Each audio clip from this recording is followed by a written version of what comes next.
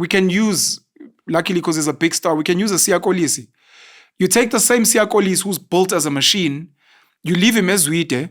He's not, I don't know where his mom was, but he speaks not too great about his dad. I read the book, but I just forgot the details. But I think it was the grandmother eventually who helps him out in terms of raising him. So his parents almost not there. Yeah. So that same guy doesn't get given, or you almost want to make a movie, right? The Untold, you can call him a similar name to Siya Kolisi, so that people are like, hey, but this is twin boys that get separated at birth. Yeah. The one gets picked up by Grey High, goes on to become a rugby star and the captain and marry Rachel Kolisi.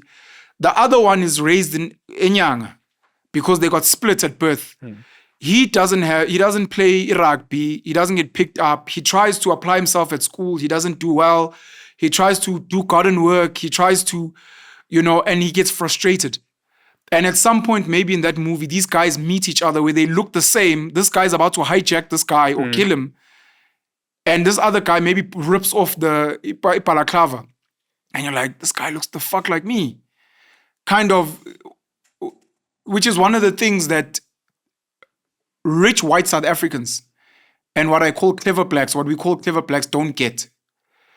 But why do you need to steal a car? But why do you? And I'm like, do you realize that if you weren't pretty, good looking, if your parents didn't send you to the school, if you didn't get this bursary here, if you didn't get this job, there's not much different from you. I've got a cousin, we were born days apart, who lives in a squatter camp. Every time I'm with him, I'm like, this could be me. Yeah. It's just, maybe we had different fathers. I was in a different place, but he could be me, I could be him. And I'm like, therefore, it's difficult for me to judge if ever I heard he pickpocketed or he stole a phone. He'd be like, fuck you, bro.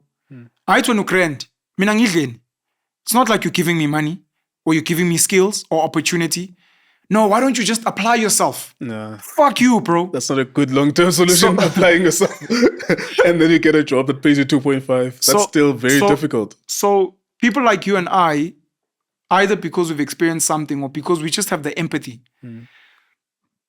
Going back to Andre 3000, one of his lines, I think on 16 with Rick Ross is, but so he's telling young men that selling is a sin or something like that. If you don't offer new ways to win. Stop selling crack. Stop selling drugs. Why onions in Yaup? And you're like, okay, I'm going to stop. What now? The whole Jacob Zuma story, not the whole story, part of the story that clever blacks and white people don't get is you don't want Jacob Zuma to be president because he dropped out in grade 4, because of the political climate. You don't want Julius Malema to be in politics because he failed woodwork. What do you want him to do? Are you saying he must go be a gardener? Is that what you're saying? Yeah. And you have an issue with him wearing branded clothing, living next door to you. You have an issue with the fact that he speaks broken English, as an example, or he's not polished. He didn't go to a boys' high somewhere. You've got an issue. That means you don't fucking want him to be here. Where do you want him to be? Because where he is an example to people like him to be like, you can make it, Donayam. Yeah. Don't let these fucking Openwell with their big English come tell you that you can't make it. I've proven to you. Whether it's sports, Forex, all these unsexy things. Fuck you, dog. I'm gonna live in the same fucking mansion as you without the bursary and the sports scholarship. I'm gonna get there. And if it's me selling drugs, if it's me being a tenderpreneur, this guy can't even speak English, go to Hambang Porsche, it's fine. Because only people that speak good English must drive up. Fuck you. Yeah.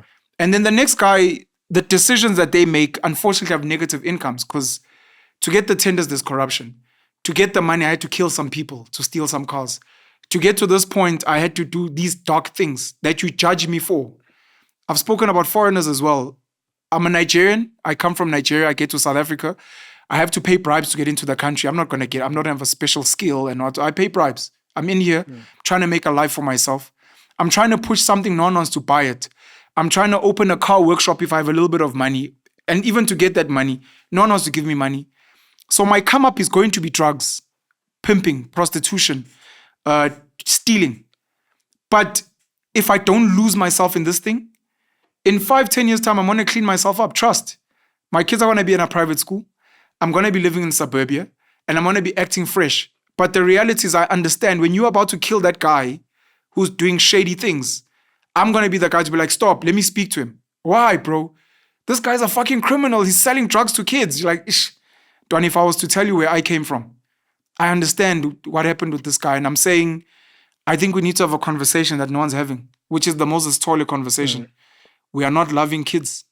Yeah. And we are creating monsters and then we're acting fake shocked later. I think townships are well versed at this because they experience it. Every 12-month period, there are between 11 to 17,000 murders in South Africa. And township kids, as early as 12, 13, are carrying guns. Township people know that whatever you don't invest in terms of loving your children, being there for your children, it's going to pay itself later on.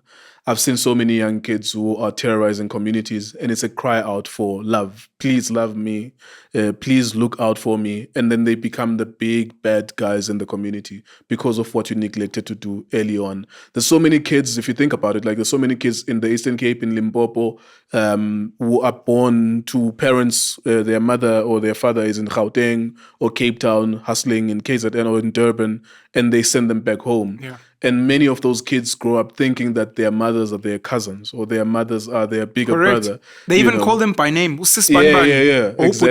Exactly. And it's because there's a disconnection between the mother and the child. And eventually, over time, and that's why there's a protection fee challenge now in our townships. In Cape Town, they go to spaza shops, Somalian-owned spaza shops, and they're killing those guys.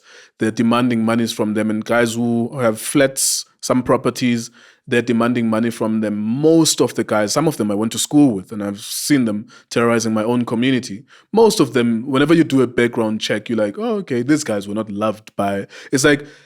We don't know much about finance as Black South Africans, particularly poor Black South Africans, but the sure return on investment is not loving your children, not being there for them. Those kids will scream out that I want your love, but through different means, through terrorizing communities. And that's why 11,000 to 12, up to 17,000 murders happen every 12 months in this country.